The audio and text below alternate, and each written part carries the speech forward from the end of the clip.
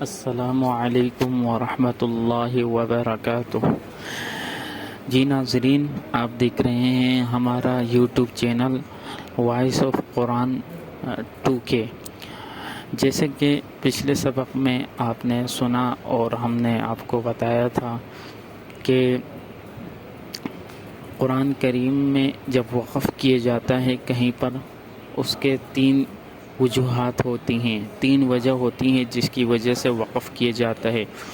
ایک وجہ تو عام آیت ختم ہو جاتی ہے، آیت کا اینڈ ہو جاتا ہے۔ دوسری وجہ علامت ہوتی ہے جسے وقف، سکتہ وغیرہ لکھا ہوتا ہے آیت کے اوپر، ٹھیک ہے۔ تیسری وجہ جس کی وجہ سے آیت میں رکا جاتا ہے وہ سانس کا ہونا ہوتا ہے۔ مثال کے طور پر آپ کوئی لمبی سی آیت پڑھ رہے ہیں، اس کے درمیان کوئی مثال کے طور پر آپ یا ایھا الذین آمنوا اذا تداینتم بدین الی اجل مسمى فاکتبوا، اب اس قدر بڑی آیت ہے اور سانس آپ کا چھوٹا ہے اور ٹوٹ جاتا ہے، تو اس صورت میں میں نے آپ کو ایک قاعدہ بتایا تھا۔ قاعدہ یہ تھا، کوئی لفظ ہو اس کے آخر میں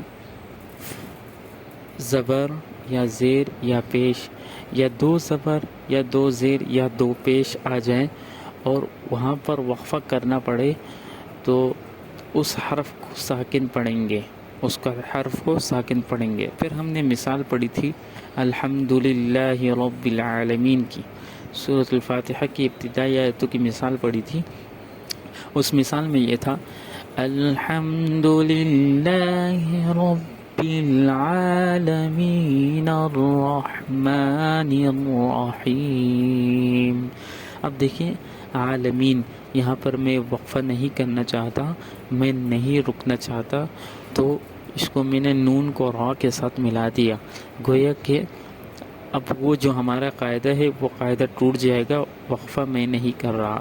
جب وہ قاری صاحب وقفہ نہیں کریں گے تو وہ رول، وہ قاعدہ اپلائی نہیں ہوگا۔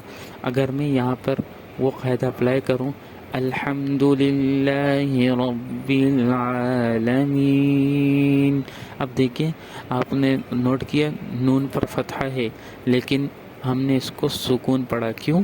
ہم نے قاعدہ پڑھا لفظ ہو اس کے آخر میں زبر یا زیر یا پیش، مثال مذکور میں فتحہ ہے تو ہم اس کو ساکن پڑھیں گے وقف کرتے ہوئے، ٹھیک ہے۔ اگر ہم وقف نہیں کرنا چاہتے ہیں تو ہم کیا پڑھیں گے؟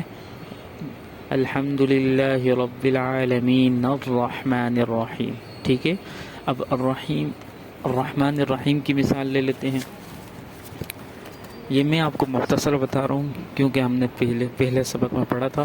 اس میں 1-2 مثالیں میں دے دوں گا تنوین وغیرہ کی، تاکہ آپ کو بات زیادہ کلیئر اور واضح ہو جائے، ٹھیک ہے۔ دوسری مثال یہ ہے الرحمن الرحیم، آپ دیکھیں رحیم کے آخر میں میم پر کسرہ ہے، لیکن جب ہم یہاں پر وقف کرنا چاہیں، رکنا چاہیں تو ہم کیسے پڑھیں گے؟ اس کو ساکن پڑھیں گے، کیوں؟ وہ یہ قاعدہ اپلائی ہو رہا ہے الرحمن الرحیم، ٹھیک ہے۔ اگر ہم رکنا نہیں چاہیں اور وقف نہیں کرنا چاہیں تو پھر کیسا یہ قاعدہ اپلائی نہیں ہوگا۔ دیکھیں میں تینوں آیتوں کو ملا دیتا ہوں تاکہ ہمیں بہت زیادہ کلیئر اور واضح ہو۔ الحمدللہ رب العالمین الرحمن الرحیم مالک یوم الدین۔ دیکھیں آپ نے اور کیا، رحیم کے میم پر ہم نے سکون نہیں پڑا، وہ قاعدہ اپلائی نہیں اس لیے ہوا کیونکہ وہ وقف کی صورت میں اپلائی ہوگا۔ ہم یہاں وقف نہیں کرنا چاہتے تو ہم دوسرا حرف بھی ادا کریں گے اور وہ کسرہ بھی ادا کریں گے جو ہم سے رہ گیا۔ یہ تو مثال تھی زبر کی اور زیر کی۔ ایک اور مثال لے لیتے ہیں ہم، تنوین کی مثال لے لیتے ہیں، یعنی 2 زبر کی۔ دیکھیں آپ نے سورۃ الاخلاص کی تلاوت کی ہوگی اور اس میں آپ نے دیکھا ہوگا قل هو اللہ احد، احد کے آخر میں 2 تنوین ہیں، 2 پیش ہیں، ٹھیک ہے۔ پھر اگلی اسی آیت کی دوسری آیت دیکھیں اسی صورت کی، اللہ الصمد، یہاں پر پیش ہے۔ اب دیکھیں وہی قاعدہ اپلائی ہوگا، اور کریں پہلے تنوین ہے اس کے یہاں پر وہی قاعدہ اپلائی ہوگا. دیکھیں ہم قل هو اللہ احد پر رکنا چاہتے ہیں. قل هو اللہ احد، کوئی بھی آپ قاری آپ دیکھیں گے وہ اس طرح تلاوت نہیں کرے گا وقف کی صورت میں. قل هو اللہ احد، کوئی بھی قاری اس طرح تلاوت نہیں کرے گا. اللہ الصمد، ٹھیک ہے، یہ اتنی بات کلیئر ہو گئی، واضح ہو گئی. دیکھیں وہی قاعدہ ہے، اسی طرح آپ مثالیں دیکھتے رہیں. اچھا اسی درس کی ایک اور مثال لے لیتے ہیں. ہم نے کیا قاعدہ پڑھا ہے، کبھی کوئی بھی حرف ہو اس کے آخر میں کوئی بھی لفظ ہو اس کے آخر میں دو زبر دو زیر دو پیش، یا زبر یا زیر یا پیش. اب ہم نے زبر کی بھی مثال پڑھ لی اور تنوین کی مثال ہم پڑھ رہے ہیں، ٹھیک ہے. اس کی مثال آپ نے سورۃ النصر کی تلاوت کرتے ہوئے غور کیا ہوگا. اذا جاء نصر اللہ والفتح ورأيت الناس يدخلون في دين الله أفواجا فسبح بحمد ربك واستغفره إنه كان توابا. اب ہماری مثال کہاں ہے؟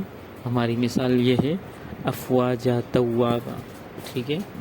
اب آپ نے کسی قاری کو اس طرح نہیں پڑھتے ہوئے دیکھا ہوگا فَسَبِّحْ بِحَمْدِ رَبِّكَ وَاسْتَغْفِرْهُ إِنَّهُ كَانَ تَوَّابًا، ٹھیک ہے. اس طرح آپ نے کسی بھی قاری کو نہیں پڑھتے ہوئے دیکھا ہوگا، کیونکہ جب اس ایسے حرف جس میں دو زبر ہو اس پر وقف کرنا چاہیں تو وہاں پر کیا وہی قاعدہ اپلائی ہوگا کہ یہ قاعدہ تھوڑا سا تنوین والا مختلف ہے.